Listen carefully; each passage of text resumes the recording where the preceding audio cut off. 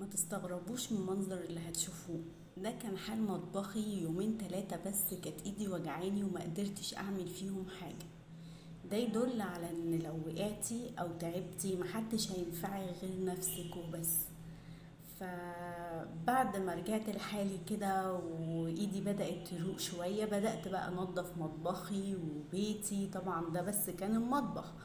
بدأت ان انا انضف المطبخ زي ما انتوا شايفين وارجعه الى وضعه الطبيعي. فحبي نفسك ودليليها وحبيها قوي، لان محدش هينفعك غيرها. طبطبي عليها، ما تدخليش اي منافسة انت عارفة ان هي خسرانة وما تستاهلش. انت اولى باي جهد، انت اولى باي تعب، انت اولى باي حب ممكن تديه لحد ما يستاهلش. حبي نفسك قوي، خلي بالك منها قوي، لان محدش هينفعك لو تعبتي. ده بس حاجة بسيطة حبيت اشارككم